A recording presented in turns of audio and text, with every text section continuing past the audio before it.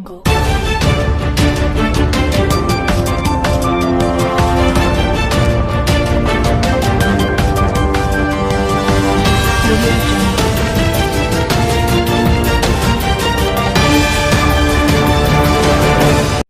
भारतवर्ष दीपावली की शुभकामनाएं बांट रहा है। तो हम कई परिवार के साथियों में कई कॉलोनियों में गए हैं। परिवार के लोग, मीडिया के लोग, जो भी कोई अखबार चला रहे हैं, कोई यूट्यूब चैनल चला रहे हैं, मैं इनसे व्यक्तिगत रूप से कई बार मिलता हूं और सभी परिवार के लोग हैं।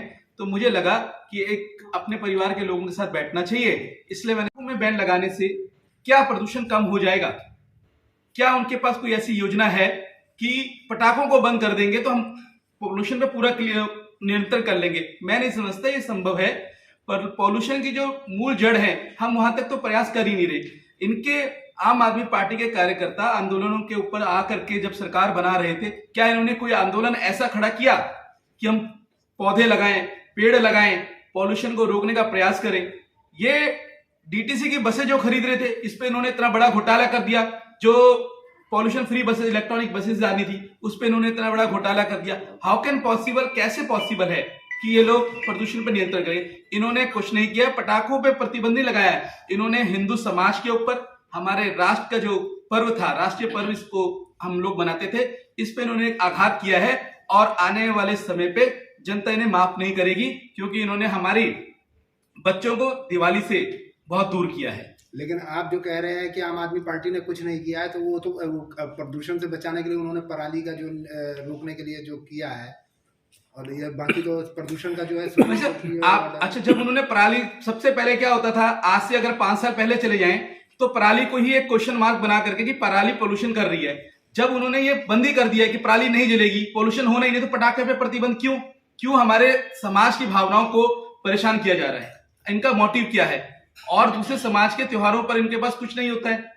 आज हमारा समाज पूरा राष्ट्र स्तर पर दीपावली की शुभकामनाएं बांट रहा है, लोग बच्चे पटाखों के ऊपर इतना ढूंढ कर रहे हैं, मगर मैं नहीं समझता कि ये गलत है।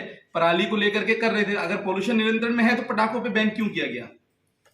किसी ना किसी रूप में केजरीवाल जी डर रहे हैं इस चीज को लेकर के कि नहीं, ये पटाखे जलेंगे तो धुआं दिखेगा, फिर मेरा पराली वाला जो कॉन्सेप्ट है वो फेल हो जाएगा, इसलिए इन्होंने पटाखों को बैन किया है। और स्वाभाविक रूप से है, इस सीजन में कोहरे का प्रकोप होता है, कोहरा आना शुरू होता है, ठंड बढ़ रही होती है, कोहरा होता है तो थोड़ा धुंध सी दिखती है ना। इसको सिर्फ पटाखों से क्लोज कर दें, ये मैं नहीं समझता। चाइना हमारा पड़ोसी देश है, चीन नया साल मनाता है, तो मैं शायद समझता हूँ कि पता नहीं कितने पटाखे जलाते हैं वहां भी तो पोल्यूशन है। मगर अपने समाज के, अपने क्षेत्र के जो हमने व्यवस्था करके हमारे पूर्वजों ने हमें दी है ना, हम तो नहीं जला रहे थे। आपने तो, केजरीवाल जी तो आविष्कार किया पटाखों का, उनके पिताजी ने उनको पटाखे ला के दिए होंगे, उनके पिताजी के पिताजी ने उन्हें पटाखे के ला करके दिए होंगे। सभी लोग इस तरीके से त्योहार मना रहे थे। हम अपनी संस्कृति को भ्रष्ट कर रहे हैं, मैं ये समझता हूँ। लोगों को आप क्या संदेश देना चाहिए? लोगों को मैं ये संदेश देना चाहता हूँ, दीपावली की बहुत बहुत शुभकामनाएं। और हम सभी लोगों को कि सरकार अगर है, सरकार को चुना भी हम ही लोगों ने होगा, चाहे गलती से चुना, चाहे किसी प्रयास से, कैसे भी करके सरकार बनी तो है ही। अब जब सरकार बनी है और सरकार का आदेश है, तो सभी आदेशों को, क्योंकि हम संविधान के पुजारी लोग हैं, संविधान को मानने वाला मेरा देश है, तो सभी देशवासियों से संविधान के रूप को मानते हुए दीपावली पर्व हमें मनाना चाहिए। इसी के साथ अगर हम बात कर लें छठ पूजा के लिए, जो जैसे पूर्वांचल के लोगों का सबसे बड़ा त्योहार है, और उसको लेकर के केंद्र और राज्य सरकार दोनों में ठनाठनी है, क्या कहेंगे इस विषय में?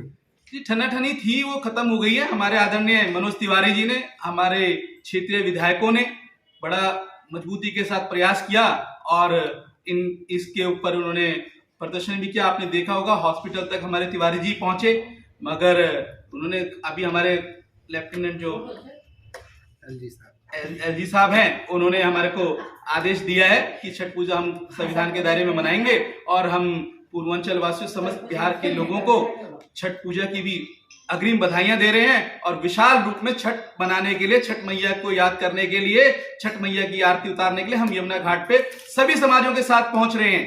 यही नहीं कि सिर्फ बिहार और पूर्वांचल का मनाएगा, क्योंकि मैंने तिवारी जी से ही सुना कि अगर बल्ब किसी ने बनाया, एडिशनल बल्ब का आविष्कार किया, ठीक है कि नहीं, तो सिर्फ बल्ब वो थोड़ी ना, बल्ब तो हम जला रहे हैं, वो बेचारे कहाँ हैं आज? तो छठ पूजा भी किसी व्यक्ति ने शुरू की थी, मगर हम सब लोग दिल्ली के वासी हैं, दिल्ली में छठ मन रही है। सभी समाज बड़े खुशी के साथ, हर्षोल्लास के साथ छठ मैया की पूजा करेगा, छठ मैया की आरती के लिए यमुना घाट पे पहुंचेगा और हम सभी लोग पहुंच रहे हैं। और मैं सभी क्षेत्रवासियों से कहता हूं दिल खोल करके, और जो कोरोना की गाइडलाइन है उसको देखते हुए छठ मैया के बड़े जोरों शोर के साथ छठ पर्व मनाने का प्रयास करें। टूट गई है, बावजूद इसके दिवाली जो है मना रहे हैं, इस विषय में आपकी क्या सोच है?